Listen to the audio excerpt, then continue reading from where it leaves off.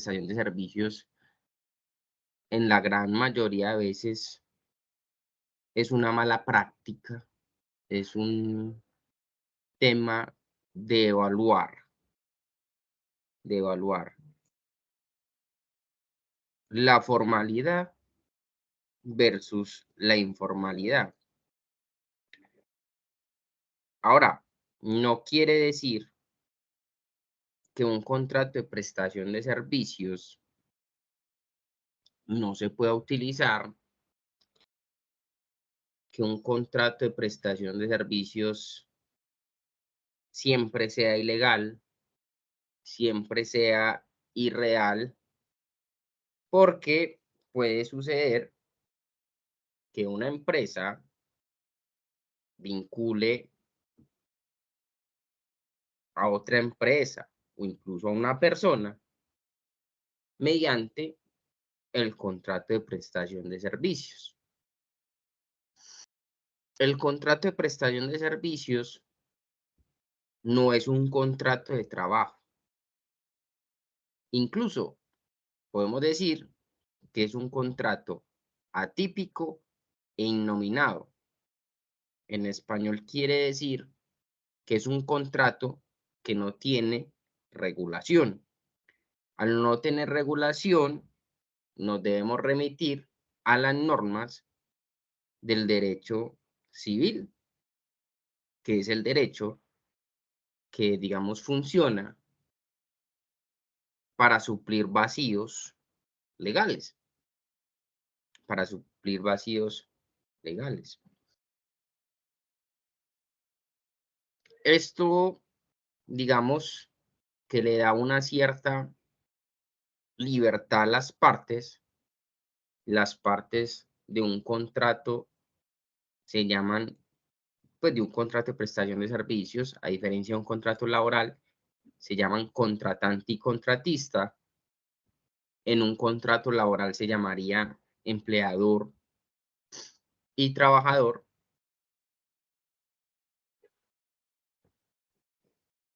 Por el contrario, el contrato de prestación de servicios se llama contratante y contratista. Tienen ciertas libertades partiendo de un supuesto y es que no es un contrato de trabajo, porque en un contrato de trabajo la ley sí establece unos derechos mínimos a favor del trabajador.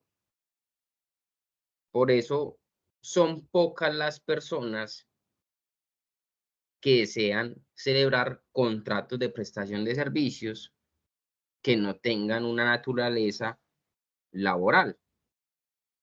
Incluso, como ustedes ya lo han visto, si el contrato es subordinado, sus consecuencias serán laborales. Porque cuando vimos los elementos esenciales de un contrato de trabajo, vimos los elementos esenciales de un contrato de trabajo, digamos que cuando tocamos esos elementos, especialmente la subordinación, manifestamos que es el elemento diferenciador entre un contrato de trabajo y otro tipo de contrato. En este caso, el contrato de prestación de servicios. Porque, digamos que si ese trabajo, si ese trabajo está subordinado, no es la forma del contrato, no es la forma del contrato. O sea, no es la forma escrita del contrato la que estipula qué contrato es, sino cómo se presta el servicio, lo que hace entender qué legislación o qué tipo de contrato tiene una relación de trabajo, una relación contractual. Por ende, entonces, la subordinación es un elemento importantísimo para diferenciar si hay un contrato de trabajo o un contrato de prestación de servicios. Por lo tanto, una característica del contrato de prestación del servicio es que el contratista debe tener cierta libertad para ejecutar su labor. No debe estar sometido a una continua y completa subordinación o una dependencia para poder que exista un verdadero contrato de prestación de servicios. Y digamos que en el informalismo social, principalmente pequeña y mediana empresa, sin decir que las grandes empresas son exoneradas de esta situación, muchos verdaderos empleadores contratan mediante un contrato de prestación de servicios, queriendo ahorrar unos gastos, unos costos, lo que puede denominarse como costos versus informalidad. Y es porque en el contrato de prestación de servicios, el contratista no tiene derechos laborales o algunos derechos laborales, como por ejemplo el pago de las prestaciones sociales. El pago de las prestaciones sociales. ¿Cuáles son las prestaciones sociales que enseguida vamos a empezar a detallar?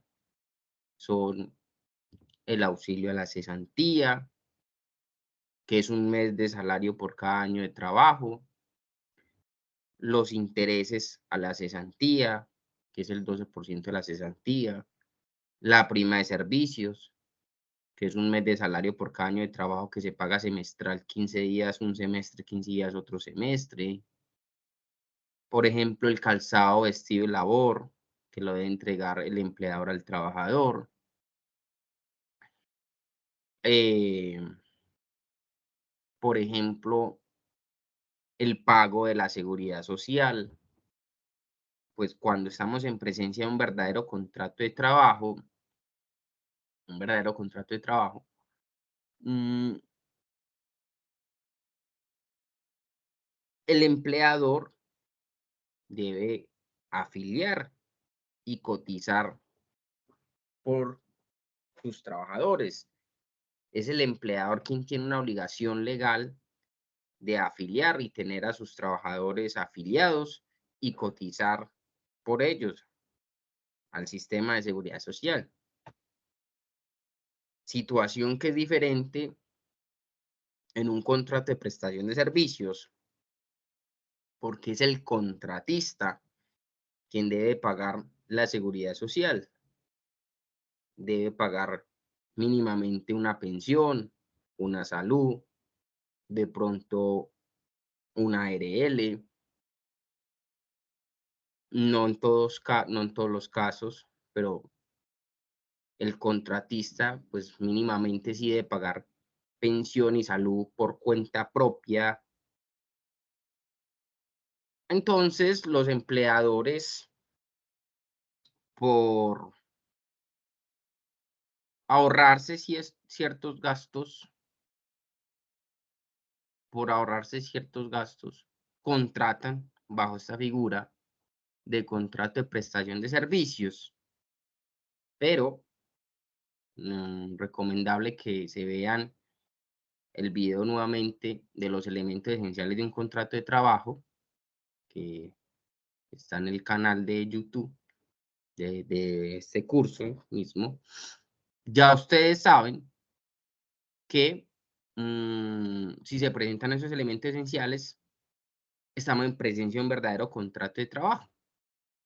Entonces, el contratista no sería contratista, sino que sería un verdadero trabajador, puede acudir ante un juez laboral, para que sea el juez laboral quien declare un verdadero contrato de trabajo y por consiguiente condene a ese contratante, que no era un contratante, sino un verdadero empleador, al pago de lo que le corresponde a un contrato de trabajo, los derechos propios de un contrato de trabajo. Entonces, muchas veces el contratante utiliza el contrato de prestación de servicios, pero vulnerando los elementos esenciales de un contrato de trabajo, y a la hora de la verdad, lo que se ahorraba en gastos, se lo condenan en una instancia judicial, incluso con el solo hecho de tener que pagar un abogado, pues ya la suma de dinero es alta, ya la suma de dinero que supuestamente eh, se estaba ahorrando por no pagar los derechos laborales se ve totalmente desequilibrada. mm, y hay que tener en cuenta que en un contrato de prestación de servicios, en un contrato de prestación de servicios, el contratista es autónomo, independiente en su labor y se limita al cumplimiento de unos objetivos o unas metas que se plasmen en dicho contrato. Otra diferencia del contrato de prestación de servicio laboral es que la remuneración no se llama salario, se llama honorarios. La forma de cotizar al sistema es diferente. El contratista cotiza por un 40% del total de los ingresos. Ahora, lo importante aquí es determinar si la relación es subordinada o no, porque en un contrato de prestación de servicios, el contratista se considera como una especie de trabajador independiente y debe ser autónomo en su labor.